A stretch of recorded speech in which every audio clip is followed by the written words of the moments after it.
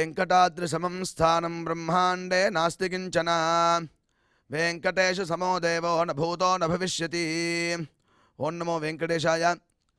திருமலா திருப்பதி தேவஸ்தானம் ஸ்ரீ வெங்கடேஸ்வரா பக்தி சேனல் இணைந்து வழங்கும் ஸ்ரீமத் பகவத்கீதை பாராயணத்திற்கு அனைவரையும் வருக வருக என்று வரவேற்கிறோம். மூகம் கரோதி வாசாலம் அங்கும் லங்கயதே கிரிம் யத்கிருபாதமஹம் வந்தே பரமானந்த மாதவம்.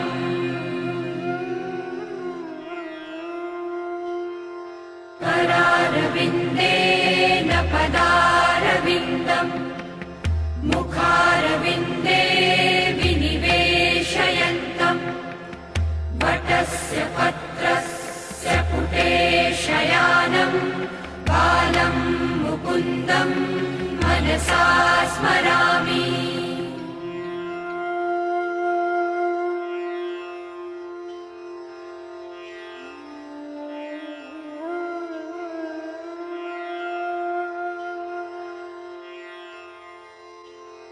वसुदेवसुतं देवं कंसचाणूरमर्दनं देवकी परमानन्दं कृष्णं वन्दे जगद्गुरुम्. நம்மளுடைய சனாதன தர்மத்தில் கீதை ரொம்ப முக்கியமான ஒரு கிரந்தம். அதனுடைய மகாத்மியத்தில் கீதாத்யயன சீலஸ்ய பிராணாயாம பரஸ்ய ச நைவ சந்தகி பாபானி பூர்வஜன்ம கிருதானிச்சா அப்படின்னு மகாத்மியத்தில் சொல்லப்பட்டிருக்கு. கீதையை எவன் ஒருவன் அத்தியனம் செய்துட்டா இருக்கானோ அது ஒன்று இல்லாமல் பிராணாயாம பரஸ்யச்ச பிராணாயாமம் எவன் ஒருவன் செய்து கொண்டே இருக்கிறானோ நைவ சந்தகி பாப்பானி பூர்வஜன்ம கிருதானிச்சா அவனுக்கு பாபமானது போகிறது அப்படின்னு மகாத்மியத்தில் சொல்லப்பட்டிருக்கிறது. அதையே தொடர்ந்து நம்ம பார்த்தோம்னா அசுபானி நிராச்சஷ்டே இது ஒரு மங்களமான விஷயம் அப்படின்னு சொல்லப்படுறது. அது என்ன பண்ணுறதுன்னா அசுபானி நிராச்சஷ்டே அசுபங்களை தூர விளக்கிறதா. தனோதி சுபசந்ததிம் தனோதி வளர்க்கிறதா. ஒரு சுப சந்ததியை நல்ல விதமான செயல்களை நல்ல விதமான சந்ததியை தனோதி வளர்க்கறது கொடுக்கிறது அப்படின்னு அர்த்தம் பண்ணுறார். எதிரானா ஸ்மிருதி மாத்திரேன யத் பும்சாம் பிரம்மா தன் தத் மங்களம் விதுஹு அதே மங்களம் அப்படின்னு சொல்கிறார். ஸ்மிருதி மாத்திரேன யத் பும்சாம் அதை ஸ்மரிச்சாலே போதுமா முன்னாடி சொன்ன சுபசந்ததியை தரும். அசுபானி நிராச்சஷ்டே அசுபங்களை விளக்கக்கூடியதாக இருக்குது. அதுதான் பிரம்மா தத் மங்களம் விதுஹு அதுவே மங்களம்னு தெரிஞ்சுக்கோ அப்படின்னு இந்த பகவத்கீதையை மங்களமாகவும் எல்லாத்தையும் கொடுக்கக்கூடியதாகவும் வர்ணிச்சிருக்கா. அப்பேற்பட்ட இந்த பகவத்கீதைக்கு ஆரம்பிக்கிறதுக்கு முன்னாடி நாம் அனைவரும் குரு பிரார்த்தனை மற்றும் சங்கல்பத்தோட இந்த நிகழ்ச்சியை துவங்கலாம்.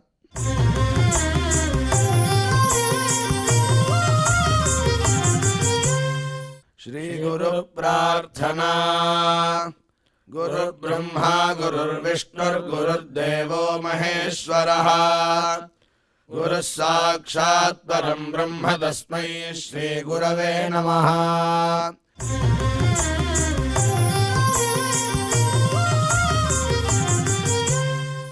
श्रीनिवास प्रार्थना. नमः क्षीराब्धिनाजाय वैकुण्ठाचलवासिने मुकुन्दाय नमो नित्यम् आनन्दाय नमो नमः.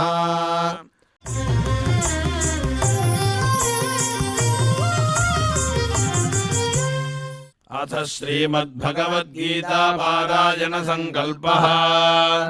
श्रीमदादिवराह क्षेत्रे विराजमानस्य अखिलाण्डकोटि ब्रह्माण्ड नायकस्य श्री पद्मावती जानेः भगवतः श्री वेंकटेश्वर स्वामिनः दिव्य सन्निधौ जगद्गुरोः श्रीकृष्ण परमात्मनः अनुग्रहेण समस्त प्रपंचस्य विशेषतः भारतदेशस्य उत्तरोत्तर शुभसंवत्समृद्ध्यर्थं श्रीमद्भारतदेशगत तपस्विजन तपोबलवृद्धिद्वारा समस्तस्यापि मानवसमाजस्य सर्वारिष्टपरिहारार्थम् एतद्देशवासिनां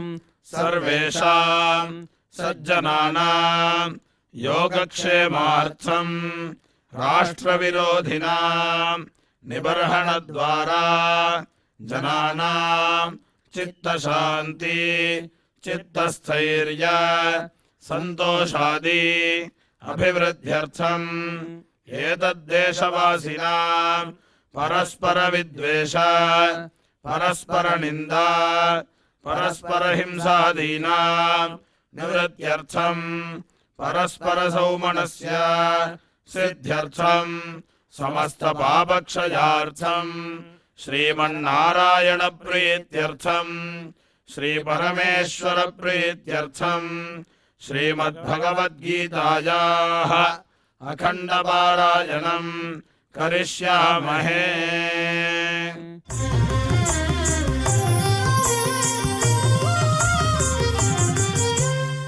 श्रीगीता प्रार्थना श्रीवत्साङ्गं महोरस्कं वनमाला विराजितं शङ्खचक्रधरं देवं कृष्णं वन्दे जगद्गुरुम्।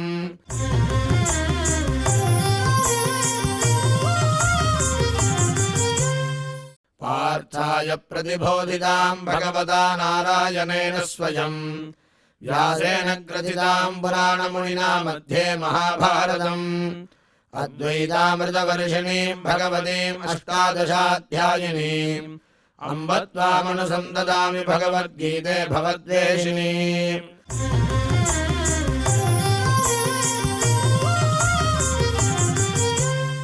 श्रीवेदव्यास प्रार्थना व्यासं वसिष्ठनप्तारं शक्तेः पौत्रमकल्मषम् पराशरात्मजं वन्दे सुखदातं तपोनिधिम्।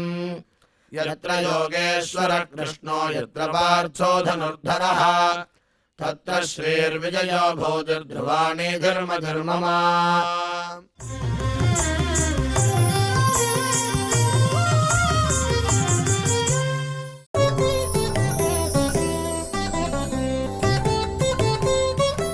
श्रीभगवानुवाच परं भूयः प्रवक्ष्यामि ज्ञानानां ज्ञानमुत्तमम् यज्ञात्वा मुनयः सर्वे परां सिद्धिमितो गताः। இப்பொழுது பிரம்மஸ்ரீ டாக்டர் ஊவே அனந்த பத்மநாபாச்சாரியார் அவர்கள் பகவத்கீதை ஸ்லோகங்களுக்கு அர்த்தத்தை விவரிப்பார். அதை கேட்டு மனதில் வாங்கிக் கொள்வோம்.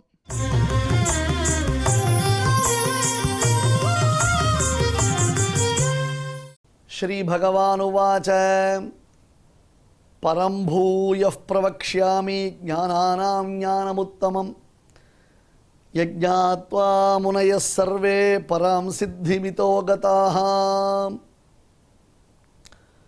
ओम नमो भगवते वेंकटेशाय।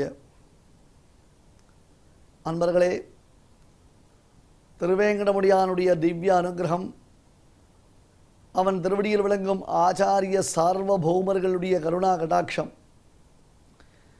இவற்றினால் நாம் பகவத்கீதையில் 13 அத்தியாயங்களை தற்பொழுது நல்லபடியாக பூர்த்தி செய்திருக்கிறோம். அதுவும் அவனது இன்னருளே என்னும்படியாக பகவானுடைய அபரிமிதமான கருணா பிரவாகம் இதற்கு காரணபூதமாய் அமைந்திருக்கிறது. அவனுடைய அனுகிரகம் இல்லாமல் நம்மால் எதையும் செய்ய முடியாது. பிரகிருதியுடன் சேர்ந்து புருஷன் காரியத்தை செய்கிறது என்றால் அந்த பிரகிருதியுடன் சேர்ந்து புருஷனை காரியத்தை செய்விப்பவன் நானே என்று பகவான் இப்பொழுது 14வது அத்தியாயத்தில் அருளி செய்ய போகிறான். கர்த்தா காரயிதா என்பதாக கர்த்தாவாகவும் காரயிதாவாகவும் விளங்குபவன் யார் என்றால் ஸ்ரீயப்பதியான ஸ்ரீமன் நாராயணன், திருவேங்கடமுடியான், பாலாஜி, ஏடுகுண்டலவாடா, வெங்கட்ரமணா. அப்பேற்பட்டதான அந்த பரமாத்மாவுடைய ஒரு அருள் இருப்பதினால்தான் நாம் இப்பொழுது 13 அத்தியாயங்களை பூர்த்தி செய்திருக்கிறோம். அவனுடைய சங்கல்பம் இருக்க வேண்டும். இனி குணத்ரய விபாக யோகம் என்று சொல்லப்படக்கூடிய 14வது அத்தியாயம் ஆரம்பமாகிறது. பல விஷயங்களை பகவான் இதில் நமக்கு உபதேசம் பண்ணுகிறான். அர்ஜுனனை முன்னிலைப்படுத்தி அர்ஜுனனுக்கு உபதேசிப்பதை போன்று நமக்கு உபதேசிக்கிறான். சர்வோபனிஷதோ காவஹா தோக்தா கோபாலநந்தனஹா என்று பார்த்தோம் அல்லவா? சர்வோபனிஷதோ காவஹான என்றால் உபனிஷதங்கள் அனைத்தும் பசுக்கள்.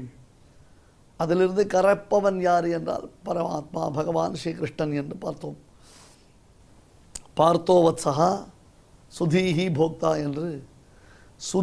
சுதி என்றால் என்ன அர்த்தம்? ஞானமுடையவர்களாகிற நாம், நமக்குத்தான் அந்த பாக்கியம், நமக்குத்தான் அந்த பெருமை, நமக்குத்தான் அத்தகையதொரு சந்தர்ப்பம் கிடைத்திருக்கிறது. ஏதோ ஒரு நாள் அர்ஜுனன் கேட்டான். அதுவும் 1 மணி நேரம் யுத்தம் ஆரம்பிக்கிறதுக்கு முன்னாடி அர்ஜுனன் டக்குன்னு கேட்டுட்டு போயிட்டான். அதை கிருஷ்ணன் என்ன மாதிரி சொன்னாரோ அது அர்ஜுனன் எப்படி அதை அண்டர்ஸ்டாண்ட் பண்ணிட்டானோ தெரியாது நமக்கெல்லாம்.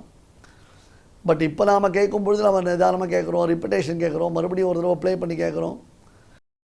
சேனலில் ஒரு தடவை டெலிகாஸ்ட் ஆகிடுறாலும் யூடியூப்பில் உடனே வந்துடுது சுவாமின்றதுக்கோசரம் யூடியூப்பில் மறுபடியும் ஸ்லோ டவுன் பண்ணி நார்மல் ஸ்பீட்லேருந்து ஸ்லோ ஸ்பீடு பண்ணுறோம்.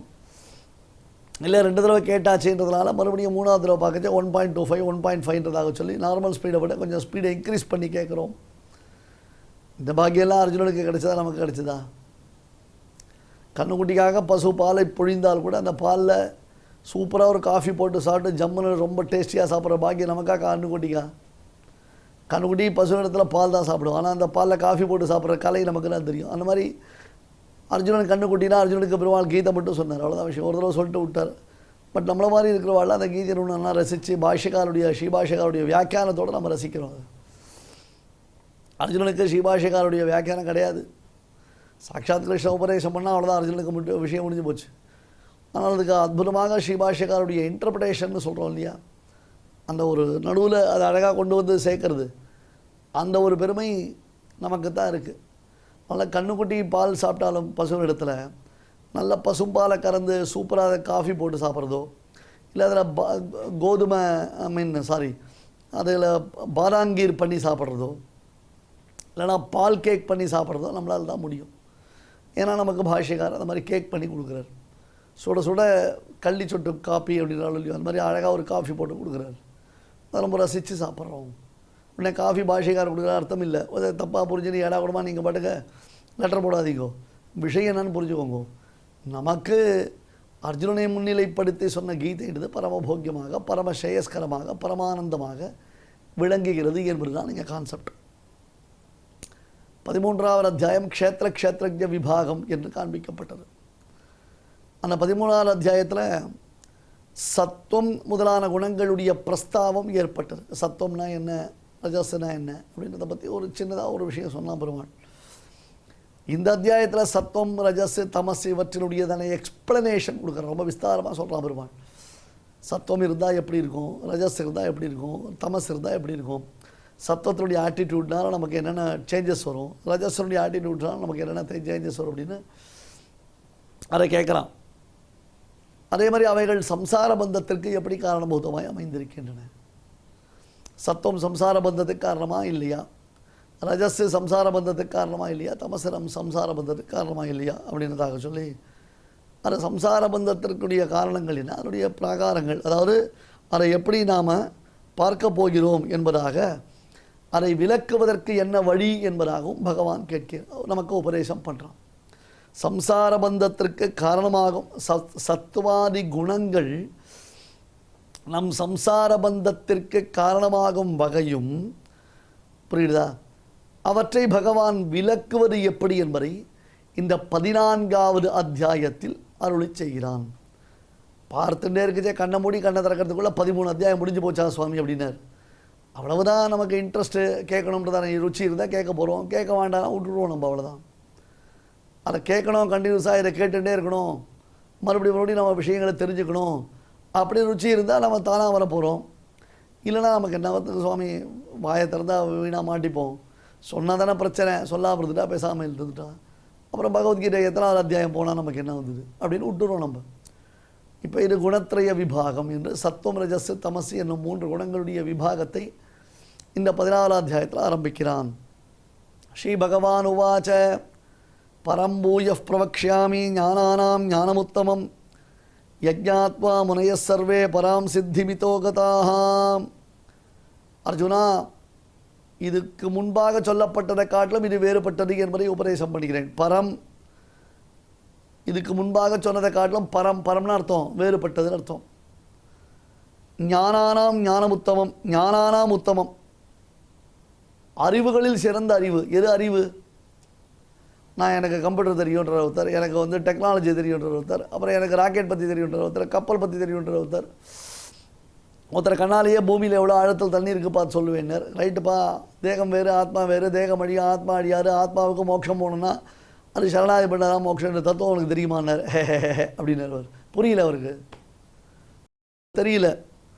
அப்போ ஞானம் இருந்ததுன்னு சொன்னால் யஜ்ஞாத்வா ஞானம் உத்தமம்.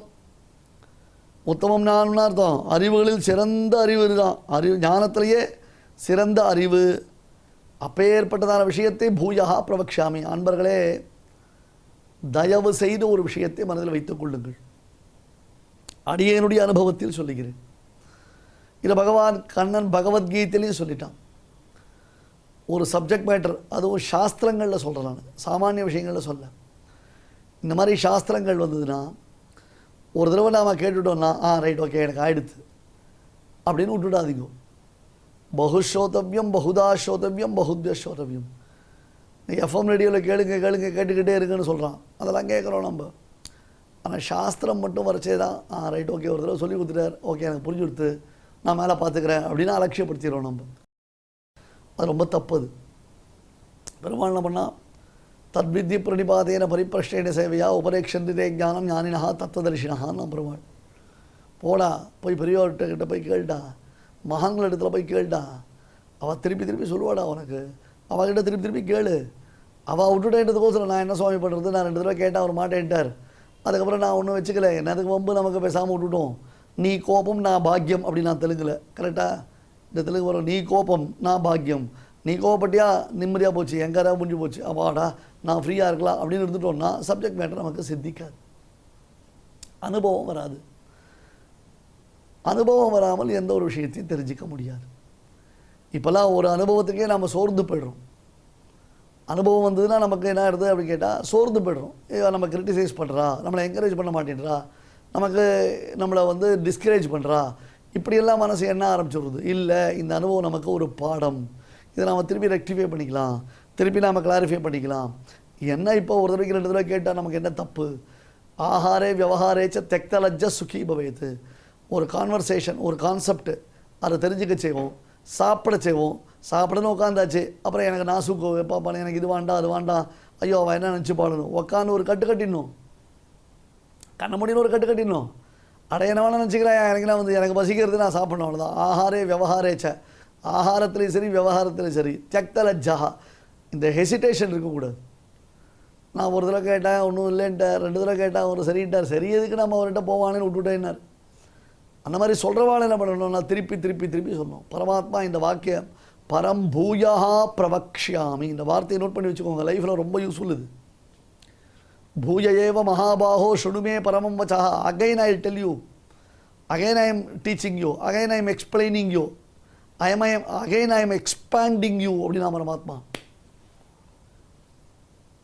ஏன் அப்படின்னா பாருடா, அப்போ நான் சொன்னது புரிஞ்சுட்டல, இப்போ அதை தெரிஞ்சுட்டு எவ்வளோ மகான்கள் எவ்வளோ மேன்மையோட பெரிய பெருமை பெற்றிருக்கிறார்கள். அதாவது அங்கே எக்ஸாம்பிள் சொல்லுவோம் நம்ம, அந்த சுவாமி இப்படி இருந்தார், இந்த சுவாமி இப்படி இருந்தார், அந்த மகான் ஒரு நாள் இப்படி சொன்னார், இந்த மகான் இப்படி சொன்னார்னு எனக்கு தெரிஞ்சு நான் என்னுடைய அனுபவத்தில் சொல்கிறேன், 90% இதை எல்லாரும் மறந்துடுறா தெரியுமா. உதாரணத்திற்கு சொல்லக்கூடிய பெரியோர்கள் சரித்திரத்தை 90% இருக்கிறோம் மறந்து போய்ட்றான். ஆனால் அடியோங்களை போன்ற இருக்கிறவர்களுக்கு அதுதான் இன்ஸ்பிரேஷன். அதை புரிஞ்சுக்கோங்க. நீங்கள் இந்த ஸ்லோகம் சொல்கிறோன்னா, இந்த ஸ்லோகத்தில் புருஷசுவாமி ஒரு கதை சொன்னாரே, அதாவது அவர் சின்ன வயசில் இருக்கச்சே ஒரு நாள் திருவள்ளூர் கோவிலில் பெருமாளை சேவிக்கச்சே, அங்கே ஒரு பெரிய பாட்டி இருந்தால் அந்த பாட்டி அவர்கிட்ட என்ன பேசினா அப்படின்னு ரெக்கலெக்ட் பண்ணி போனாங்க. இது எங்கள் ஆச்சாரியன் எங்களுக்கு காலக்ஷேபத்தில் சொன்ன விஷயமா இருக்கும். இன்னொன்று அதை இன்னொரு இடத்துல எங்கே யூஸ் பண்ணலாமோ அதை யூஸ் பண்ணுவோம். அதுதான் மேன்மை. அதே மாதிரி எங்கள் சுவாமி என்ன பண்ணுவோம், டே ஏற்கனவே சொன்னோம் இல்லையோ, ஆமாம் அதில் திருப்பி சொல்கிறேன் கேளுன்னு. ஆனால் சொல்லியாச்சே, எதுக்கு போர் அடிக்கிறீங்க சுவாமி, வேறு சப்ஜெக்ட் போங்களேன்னு சொல்ல முடியாது. பரம்பூய பிரவக்ஷாமி ஞானானாம் ஞானமுத்தமம். அப்போ ஞானானாம் ஞானமுத்தமம், நிறைய தெரியும் நினச்சிட்டு கேடா கண்ணு. இப்போ நான் சொல்கிறத கேளு. இப்போ நான் சொல்லக்கூடிய ஞானமானது ஞானங்களுக்கெல்லாம் உத்தமமான ஞானம். ஞானானாம் ஞானமுத்தமம் தத் பூயா பிரவக்ஷாமி. அதை மீண்டும் உனக்கு சொல்லப் போகிறேன். யத் ஞாத்வா, இத்தகைய இந்த ஞானத்தை பெற்றதினாலன்றோ, இத்தகைய இந்த அறிவை பெற்றதினாலன்றோ, சர்வே முனியா, எல்லா முனிவர்களும் முனி சார்வபோவர்களும் இதப்பராம் சித்திம் கதாகா, எல்லாவற்றை காட்டிலும் வேறுபட்டதான இந்த சம்சாரத்திற்கு அப்பாற்பட்டதான பேருன்னு அர்த்தம், பெரும் பாக்கியம். அதான் மோட்சம். மோட்சம் கொஞ்சம் கவனிச்சுக்கணும். இந்த இடத்துல மோட்சம்ன்றது ஆத்மலாபம். புரியுதா? ஏன்னா அந்த மோட்சத்தை பற்றி நாம் நிறைய இன்னும் தெரிஞ்சுக்க வேண்டியது இருக்குது. அர்ஜுனா, யத் ஞாத்வா சர்வே முனையா, எவ்வளோ மகரிஷிகள் தான் ரோல் மாடல். அவளை நமக்கு அவளை வழிகாட்டிகள் பல பேர். இதை ராமபிரான் விபீஷண சரணாகத்தியில் ஒரு வார்த்தை சொல்கிறான். விபீஷணனை அடைக்கலமாக ஏற்கலாமா வேண்டாமா, கூடுமா கூடாதா என்பதை குறித்த கடற்கரையில் ஒரு மிகப்பெரிய விவாதம் நடந்து கொண்டிருக்கிறது. ஒரு புறம் ராமபிரான், அவனுக்கு எதிர்த்தட்டில் ஏனைய குரங்குகளும் கரடிகளும் ஒன்று திரண்டு விபீஷணனை ஏற்கக்கூடாது என்பதில் உறுதியாக இருக்கிறார்கள். அவன் சொல்லக்கூடிய ரீசன் எல்லாம் ராமபிரான் கேட்டுட்டே இருக்கான். ஒரு அமைச்சரவை ஆலோசனை கூட்டம்னா மற்ற அமைச்சர்கள் சொல்லக்கூடிய ஆலோசனையை செவிமெடுத்து கேட்க வேண்டும். ஓப்பனிங்லேயே அதை ரிஜெக்ட் பண்ணக்கூடாது. எல்லாரும் பேசி முடித்தா அப்போ ராமன் சொன்னால் ஒரு கதை சொல்லட்டான்னு ஆரம்பித்தான் ராமன். என்ன சார் இவ்வளோ சீரியஸாக காஃபி டாஃபி ஆர்கியூமெண்ட் போயிட்டுருக்கு, பயங்கர ஹீட்டட் ஆர்கியூமெண்ட்டாக போயிட்டுருக்குது, இப்போ போய் கதை சொல்கிறேன்னு சொல்கிறீங்க. ராமன் சொன்னான், இது நான் சொல்ல கதை இல்லைடா, கண்டுனா பரமரிஷினா, மகான் பெரிய மகரிஷிடா, கண்டுன்னு ஒரு மகரிஷி. அந்த சுவாமி ஒரு கதை சொல்லியிருக்கார். இந்த சரணாகதி விஷயமா அந்த சுவாமி ஒரு கதை சொல்லியிருக்கார். புரியுதா? இந்த சரணாகதி விஷயமா அந்த சுவாமி ஒரு கதை சொல்லியிருக்கார். ஆகையால் அந்த கதையை நான் உனக்கு சொல்லட்டா அப்படின்னு கேட்குறார். இந்த மாதிரி சமயத்தில் ஒரு கதை சொல்கிறேன்னு சொல்கிறாரே ராமபிரான்னு. ராமா சொல்லுன்னார். நான் சொல்லலடா, இது மகான்கள் சொன்ன கதைடா. இது பரமரிஷியான கண்டுன்றதான மகரிஷி ஒரு அழகான கதையை சொல்லியிருக்கிறார் என்று சரணாகதி தத்துவத்தை விளக்கும் ஒரு புறாவின் கதையை ராமபிரான் சொல்லுகிறான். அப்போ ராமபிரான் நான் ஒரு கதை சொல்கிறேன் கேளுன்னு ஆரம்பித்து சொன்னால் யாராவது அப்ஜெக்ட் பண்ண போகிறாளா? கவனிக்கணும், நீங்கள் ஒரு விஷயத்தை புரிஞ்சுக்கணும். நான் ஒரு கதை சொல்கிறேன், அதை நீலாம் கேளு அப்படின்னா இப்போ சுக்ரீவ பிரபுதிகள்லாம் வாண்டான்னு தடவை பண்ணுவாளா? நீ ஒன்றும் கதையெல்லாம் சொல்ல வேண்டாம், நீ யார் கதை சொல்கிறதுக்கு சொல்லுவாளா? ராமபிரான் கதை சொல்கிறாருன்னா ஓகேன்னுவா.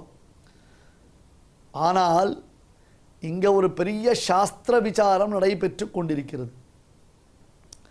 விபீஷணன் கெட்டவன், அதனால் அவனை ஏற்கக்கூடாது என்று ஒரு கட்சி. விபீஷணன் நல்லவன், அதனால் அவனை ஏற்கலாம் என்று ஹனுமான் முதலானவர்களுடைய கட்சி. ராமபிரானை பொறுத்தவரை இந்த ரெண்டு ரீசனுமே இன்வாலிட் ரீசன். ஆனால் இந்த சாஸ்திரார்த்தத்தை புரிய வைக்கணும் அவளுக்கு. சாஸ்திரார்த்தத்தை புரிய வைக்கணும். அப்போ சாஸ்திரார்த்தத்தை புரிய வைக்கச்சே நான் சொல்கிறேன் நான் கேளு, நான் சொல்கிறத நீ கேளு, நான் என்ன டிசைட் பண்ணியிருக்கேன் தெரியுமான்னு சொல்லக்கூடாது. சாஸ்திரத்திற்கு பிரமாணம் வேணும். எது பிரமாணம்? பெரியோர்களுடைய அனுஷ்டானம் தான் பிரமாணம். பெரியோர்களுடைய வார்த்தை தான் பிரமாணம். அவள் ஒரு வார்த்தை சொல்லிட்டான்னா அதுக்கு மேலே அப்பீல்ன்றது கிடையவே கிடையாது. அப்படி பெரியோர்களுடைய பேச்சுக்கு பெருமை என்பது சொல்லப்படுகிறது. இது ஒரு அழகான ஸ்டோரி, இது அழகான ரீல்ஸ். இதெல்லாம் என்ன பண்ணணும் மண்டையை சொரிஞ்சுட்டு பேனாவை கடிச்சுட்டு உட்காந்துருந்தால் ஒன்றும் புரியாது. ஒரு சின்ன கான்செப்ட் இது. பெரியோர்களுடைய வார்த்தை தான் பிரமாணம். இதை எப்படி ராமன் எஸ்டாப்ளிஷ் பண்ணினான் அப்படின்றது ஒரு கான்செப்ட். இது நான் என்ன பண்ணுவேன் ஒன்றும் பண்ண முடியாது. இது கான்செப்ட். அப்போ ராமன் தான் சாஸ்திரார்த்தத்தை சொல்லலை, பெரியோர்கள் காமிச்ச வழி இது, மகான்கள் காண்பித்த வழி இது. மகாஜனோ ஏனகரச பந்தா, மேலையார் செய்வனகள் வேண்டுவன கேட்டியேல் என்று ஆண்டாள் நாச்சியார் சூக்ஷ்மமாக இது உபதேசம் பண்ணா. இது திருப்பாவில வரணும். இது அல்காரத்தை செட் பண்ணி திருப்பாவில இது கொட்டேஷனாக வரணும். மேலையார் செய்வனகள் வேண்டுவன கேட்டியேல். நானாக என் இஷ்டத்துக்கு எதையும் கல்பனை பண்ணக்கூடாது, நானாக என் இஷ்டத்துக்கு எதையும் டிசைட் பண்ணக்கூடாது. மகான்கள் என்ன வழி காமிச்சிருக்காளோ அந்த வழியை நான் ஃபாலோ பண்ணணும் அப்படின்றது தான் இங்கே கான்செப்ட். அப்போ பரம ரிஷியான கண்டு ரொம்ப அழகான ஒரு கதை சொல்லியிருக்கார். அந்த கதையை சொல்கிறேன். ரிஷே கண்வசிய கண்வேன புறா கீதம்னர். அதாவது இதுக்கு பரம்பரையே இருக்குது. எந்தெந்த பெரியோர்கள் கண்வர் சொல்லியிருக்கார், கண்டு சொல்லியிருக்கார். இந்த மாதிரி பெரிய பரம்பரை இருக்குது. ஒருத்தர் 2 பேர் சொன்னது இல்லை. அது பெரியவா. இப்போ எங்கள் காலக்ஷேப கோஷ்டியில் இஞ்சமோடேஷங்கர் சாதிச்சார், இஞ்சமோடேஷங்கர் அப்படி பண்ணினார் அப்படின்னா இன்றைக்கும் பரம்பரையில் இருக்கக்கூடிய பெரியோர்கள் அந்த ஐஷங்கரை கோட் பண்ணி சொல்லுவா. அதுதான் எங்களுக்கெல்லாம் மெயினான ஒரு என்ன சொல்கிறது பிரமாணம். அதனால் கிருஷ்ணன் சொல்கிறான், அர்ஜுனா இந்த குணத்ரய விபாக யோகத்தை நான் மறுபடியும் உனக்கு எக்ஸ்பிளைன் பண்ண போகிறேன், எக்ஸ்பேண்ட் பண்ணுறேன். ஏனென்றால் யஜ்ஞாத்வா முனைய சர்வே, இதை அறிந்ததினால் அன்றோ, இதை நன்கு அனுஷ்டித்ததினால் அன்றோ, சர்வே முனையாக பராம் சித்தி மிதோகதாக, பல மகரிஷிகள் அனைத்துன்னு வச்சுக்கோங்களேன், எல்லா மகரிஷிகளும் உயர்ந்த நற்கதி அடைந்தார்கள். அப்போ அதுக்கு ஒரு எவிடன்ஸ் கொடுக்குறான் பெருமாள். பெரியோர்களுடைய அனுஷ்டானத்தை பிரமாணமாக்கி சொல்லுகிறான். பெரியோர்கள் அனுஷ்டானம் இருந்தால் மட்டும்தான் எதுவும் பிரமாணமாகும் என்பதை கிருஷ்ண பரமாத்மா இந்த இடத்தில் நமக்கு புரிய வைக்கிறார். அது தவிர பெரியோர்களிடத்தில் அடிபணிந்து மீண்டும் மீண்டும் கேட்க வேண்டும். அவள் நம்மளை டீஸ் பண்ணுறா, நம்மளை என்கரேஜ் பண்ண மாட்டேன்றா, தப்பு கண்டுபிடிச்சு சொல்லிகிட்டே இருக்கா, ஒவ்வொரு தப்பாக சொல்லிகிட்டே இருக்கா, ஒவ்வொரு தடவையும் தப்பு கண்டுபிடிக்கிறா. அப்படி நம்ம நினச்சோன்னா நம்மளால் வாழ்க்கையில் முன்னேறவே முடியாது என்பதையும் கிருஷ்ணன் இங்கே புரிய வைக்கிறான் நமக்கு. ஐயோ இது தெரியாத எனக்கு மாட்டிட்டனேன்னு நினச்சிப்போம் நம்ம. ஆனால் இதான் உண்மை, இதான் ஒரிஜினல். பரம்பூய பிரவக்ஷாமி, ஒரு சூப்பர்லேட்டிவான ஒரு கான்செப்ட் உனக்கு சொல்ல போகிறேன், மறுபடியும் சொல்ல போகிறேன். உடனே நாம் கேட்போம் மறுபடியும் முதல்ல இருந்தான்னு. இல்லை, நீ அந்த தடவை கேட்குறதுக்கும் இப்போ கேட்குறதுக்கும் நிறைய வித்தியாசத்தை நீ உணர்வாய். ஆனால் நிறைய டிஃபரன்ஸை நீ பார்க்கலாம். பரம்பூய பிரவக்ஷாமி ஞானானாம் ஞானமுத்தமம். ஆக்சுவலி இதுதான் ஒரிஜினல் ஞானம். இது தெரியல, தவிக்கிறோம். நம்ம சம்சாரத்தில் தவிக்கிறோம், ஒன்றும் தெரில. எல்லாம் தெரிஞ்ச மாதிரி குறிச்சுட்டு இருக்கோமே தவிர்த்து கடைசியில் நம்ம எது தெரிஞ்சுக்கணுமோ அதில் ஒருத்தர் கூட கான்சன்ட்ரேட் பண்ணதே கிடையாது. அட்டென்ஷன் டெஃபிசிட் தான். நாமெல்லாம் ADHD சைல்டு தான் நம்ம எல்லாரும். அப்படி தான் இருக்கோம். நம்ம எதை கான்சன்ட்ரேட் பண்ணணும், எங்கே கான்சன்ட்ரேட் பண்ணணுன்றது தெரியாமல் நம்ம தவிச்சுட்டு இருக்கோம். நம்ம யஜ்ஞாத்வா ஞானானாம் ஞானமுத்தமம் யஜ்ஞாத்வா முனையா சர்வே. யஜ்ஞாத்வா எதை அறிந்ததினாலே எல்லா முனிவர்களும் பராம் சித்தி மிதோகதாக. பராம் சித்தின்னு அர்த்தம் உயர்ந்த பதவியை அடைந்தார்கள். அதான் ஆத்மா அவலோகனம், ஆத்ம சாட்சா்காரம்னு சொல்லணும். இந்த 13வது அத்தியாயத்தில் புருஷ பிரகிருதிஸ்தோஹி புங்தே பிரகிருதிஜான் குணான் காரணம் குணசங்கோஸ்ய சதசத்யோனி ஜன்மசு என்று சொன்னான் பகவான். சத்வம் ரஜசு தமசு இந்த வெவ்வேறான குணங்களினுடைய காரியம்தான் நமக்கு போகங்களில் ஏற்படக்கூடிய ஆசை. அந்த போகத்தினால பலவிதமான பிறவிகள் பிறக்கிறது. என்ன சுவாமி, காமம் அதிகமாக எடுத்து 13வது அத்தியாயத்தில் நாம் பார்த்தோம். அந்த அத்தியாயத்தினுடைய மகாத்மியத்தில் ஒரு விஷயம் பார்த்தோம். துராச்சாரின்றதான பெண் ஹரிதீக்ஷிதன்றதான கணவனை கைவிட்டு மதுமாமிசங்களில் மிகுந்த போக புத்தியை உடையவளாக பரபுருஷர்களிடத்தில் வியாமோகத்தை உடையவளாக அவர் சுற்றி திரிந்தாள்னு பார்த்தோம் நாம். அப்போ அங்கே ஒரு விஷயம் கேட்டோம், சுவாமி அப்படி அவள் சுற்றினதற்கு என்ன காரணம்? அவளுடைய காமம்ன்றது காரணம். சங்காத் சஞ்சாயத்தே காமஹா காமாத் குரோதோ பிஜாயத்தே. இவைகள் எல்லாம் கீழே பார்க்கப்பட்ட விஷயங்கள், 2-3 அத்தியாயங்களில் சொன்ன விஷயங்கள் தான். காமம்ன்றது மேலே மேலே வளர்ந்துட்டே இருக்குது. நமக்கு காமம்ன்றது அழிக்க முடியாமல் போயிடுது. நஜாத்து காம காமானாம் உபபோகேன சாமியதி. யயாத்தின்னு ஒரு மகாராஜன் தான். அவனுக்கு தேவலோகத்தை அப்சர ஸ்திரீயை கல்யாணம் பண்ணிக்கணும்னு ஆசை. வயசாக எடுத்து அவனுக்கு. வயசானா அவன் என்ன பண்ணான், இளமை இருந்தால் தான் அந்த பெண்ணை கல்யாணம் பண்ணி போயிட்டான். ஏன் உனக்கு எனக்கு டிஃப்ரென்ஸ் எவ்வளோ தெரியுமா? லீடிங் என்னை விட நீ எவ்வளோ வயசு தெரியுமா? நான் எப்படி உன்னை கல்யாணம் பண்ணிக்க முடியும் அப்படின்னு அவன் கேட்டான். பாவம் போனான், தன்னுடைய பிள்ளைகள் இடத்துல இளமையை கொடுங்கள்னு கேட்டான். எந்த பிள்ளையாவது அப்பாவுக்கு இளமையை கொடுத்துட்டு தாங்க முதுமையை வாங்கிப்பாளா? சில பேர் மாட்டேன்னா. ஒரு பிள்ளை நான் கொடுக்குறேன்னா அவருக்கு இளமையை கொடுத்தான். யயாதி பல காலங்கள் இளமையுடன் குத்தாட்டம் கும்மாளம் போட்டுருக்கான் அந்த பெண்ணோடு சேர்ந்து. வேற என்ன அவனுக்கு? அந்த பெண்ணை அனுபவிக்கிறதுக்கு தானே இளமை கேட்டான். அந்த இளமையை அனுபவித்து கொண்டிருக்கிறான். ஒரு நாள் அரசனுக்கு ஒரு ரியலைசேஷன் வந்தது. ஐயா, நான் எவ்வளோ பெரிய தவறு செய்து விட்டேன் என்பதை புரிந்து கொள்ளணும். அதாவது காமம் என்பது அனுபவித்து கழித்து விட முடியாது. இதை எல்லாரும் புரிஞ்சுக்கணும். தப்பாக நம்ம புரிஞ்சுட்டுருக்கோம். சில பேர் என்ன பண்ணுவா, சிகரெட் பிடிக்கிறவனா நிறுத்து அப்படின்னா, இருங்க சார் ஒரே ஒரு பேக்கெட் கடைசியில் பிடிச்சிட்டு நான் விட்டுறேன் அப்படின்வான். அப்புறம் மறுபடியும் எடுத்துன்னு அதை சிகரெட் பிடிக்கிறதுக்கு ஆசைப்படுவான். ஒரு வேர்க்கடலை சாப்பிட்றவன் கையில் இருக்கிற வேர்க்கடலையை ஒன்று வாயில் போட்டான்னா வரிசையாக வாயில் போட்டுகிட்டே தான் இருப்பான். ஆனால் நிறுத்தவே முடியாது, சாப்பிட்றதுல நிறுத்தவே முடியாது. அந்த மாதிரி காமம்ன்றது அனுபவித்தால் ஒழிந்து விடாது. நல்ல அக்னி நெருப்பு எரியறது. ஐயோ நெருப்பு எரியறதேன்னு பார்த்த ஒருத்தன் அதை அணைப்பதற்காக நன்னா 2 லிட்டர் பெட்ரோலை கொண்டு வந்து தப்பன்னு அதில் குத்தினான். அந்த பெட்ரோலை குத்தினா நெருப்பு என்னாகும்? மேலே கொழுந்து விட்டு தானே எரியும். இல்லையே, பக்கத்து வீட்டுக்காரன் நேற்று நெருப்பு எரிச்சே கொண்டு வந்து குத்தினானே, அணைஞ்சு போச்சே. ஐயா, அவன் கொண்டு வந்து கொட்டினது தண்ணீர். எரியும் நெருப்பை அணைப்பதற்கு அவன் பொழிந்தது தண்ணீர். நீ என்ன பண்ணுற? அந்த நெருப்பு மேற்கொண்டு கொழுந்து விட்டு எரிவதற்கு ஃபியூயலை உள்ளே கொண்டு வர நீ. அது என்ன பண்ணும்? மேலே எரியும். அந்த மாதிரி காமத்தை அணைப்பதற்கு, காமத்தை விடுவதற்கு, காமத்தை அனுபவித்து காமத்தை விட முடியுமா? அனுபவிக்காமல் விடணும். அதனால்தான் விஷயாக வினிவர்த்தந்தே நிராகாரஸ்ய நாம் பரமாத்மா சொல்ல போகிறான். அதெல்லாம் விஷயங்கள் விஸ்தாரமாக வரப்போகிறது. அதனுடைய ஃபியூயல் கட் பண்ணணும். இப்போ ஒரு பெட்ரோல் டேங்க் பற்றி எரியுறதுன்னா இமீடியட்டாக அதுக்கு ஃபியூயல் சப்ளை அதை டிஸ்டர்ப் பண்ணிடுவான் இல்லையா? ஒரு காடு எரியுறதுன்னா அந்த காட்டில் அந்த தீ பரவாமல் இருப்பதற்கு உலர்ந்த காய்ந்த சருகுகளையும் கட்டைகளையும் அப்புறப்படுத்தி விடுவார்கள். அதுபோல காமத்தை அனுபவித்து கழிப்பது என்று இயலாது. காமத்தை கட்டுப்படுத்தி விட வேண்டும். எப்படி கட்டுப்படுத்தலாம்? அதற்கு தீனி போடாமல் கட்டுப்படுத்தி விட வேண்டும். இதெல்லாம் பார்க்கணும் நம்ம. அந்த பெண் அப்படி தான் இருந்தால், துராச்சாரி அப்படி தான் சுற்றினா. அவள் கடைசியில் 13ஆம் அத்தியாயத்தினால நல்ல கதி அடைஞ்சான்னு பார்த்தோம். இப்போ என்ன விஷயம்னா, காரணம் குணசங்கோஸ்ய சதசத் யோனி ஜன்மசு என்று 13ஆவது அத்தியாயத்தில் சொல்லப்பட்ட ஸ்லோகம். சத்துமாதி குணங்களுடைய சேர்க்கை, அதாவது அதனுடைய சங்கம்தான் இவனுடைய பல்விதமான பிறப்புகளுக்கு காரணம். ஒவ்வொரு ஜென்மத்தில் உண்டாகக்கூடிய சுக துக்க அனுபவங்களுக்கு முன் ஜென்மத்தில் உண்டான பற்றுதல் தான் காரணம்.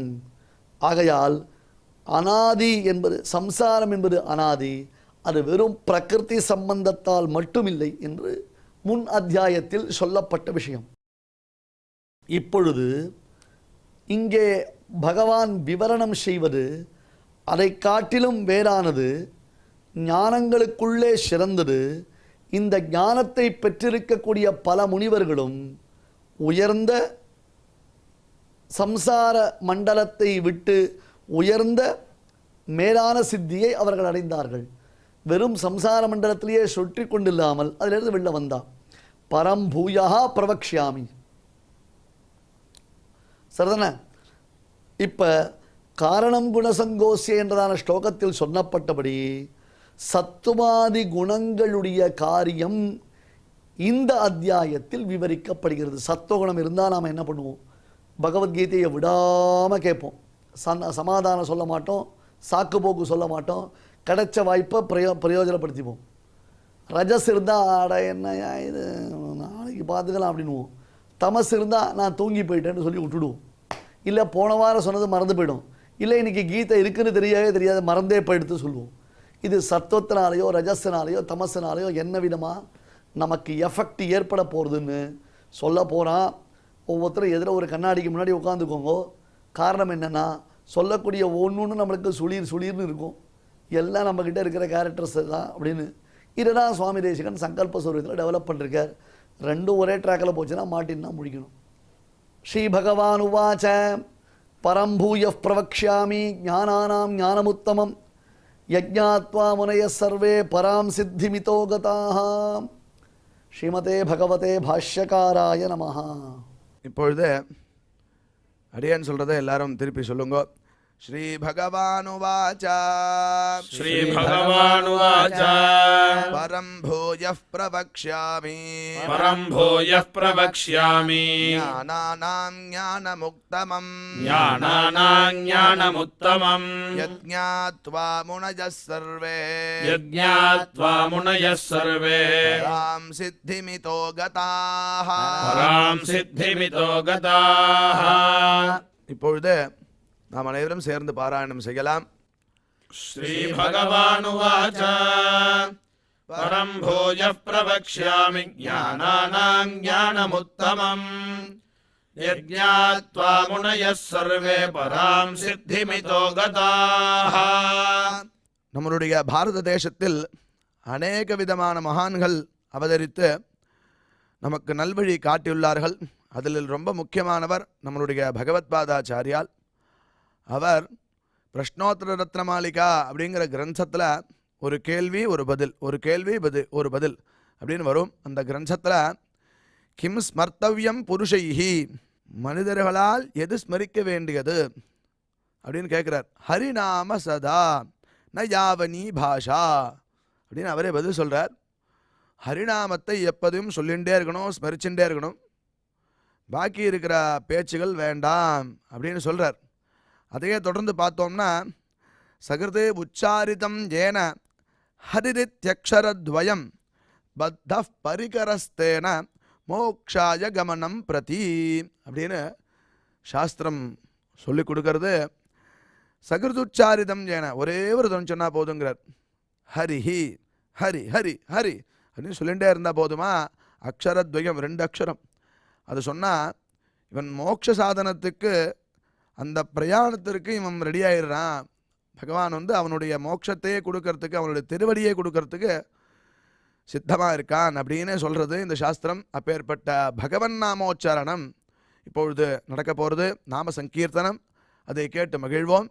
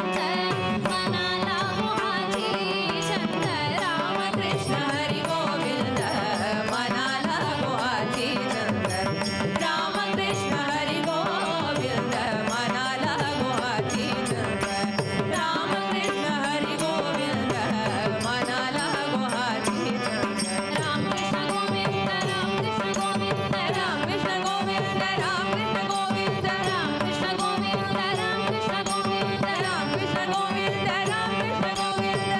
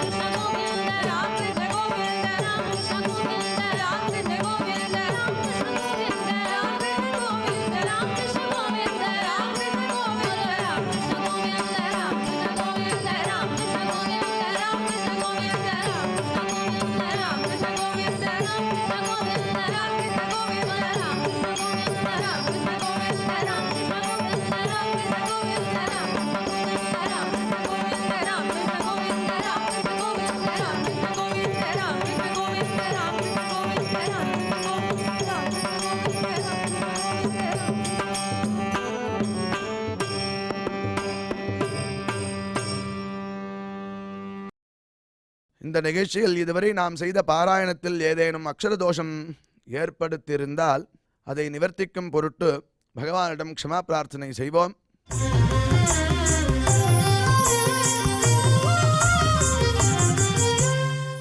अथ क्षमा प्रार्थना यदक्षरपदभ्रष्टं मात्राहीनं च यद्भवेत् तत्सर्वं क्षम्यतां देवनारायण नमोऽस्तु ते।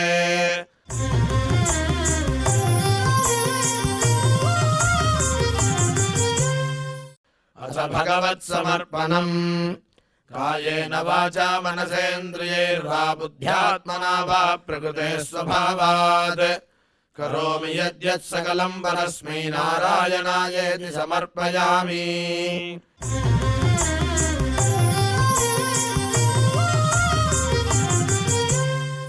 अथ लोकक्षेम प्रार्थना सर्वे भवन्तु सुखिनः सर्वे सन्तु निरामयाः सर्वे भद्राणि पश्यन्तु मा कश्चित् दुःखभाग् भवेत्। சுவாமியின் அருள் நாம் அனைவருக்கும் கிடைக்க வேண்டி மங்களாசாசனத்துடன் இன்றைய நிகழ்ச்சி நிறைவு பெறுகிறது. மீண்டும் இதே நிகழ்ச்சியில் நாளை சந்திப்போம். ஓம் நமோ வெங்கடேஷாய.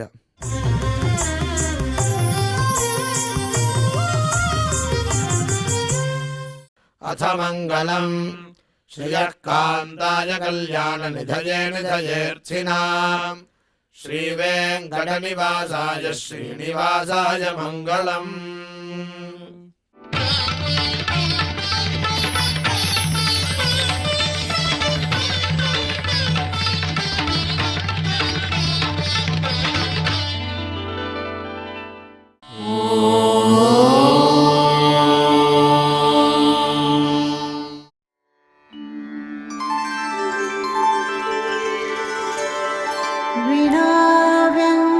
विनाव्यङ्कटेशं ननाथो ननाथः सदा व्यङ्कटेशं स्मरामि स्मरामि।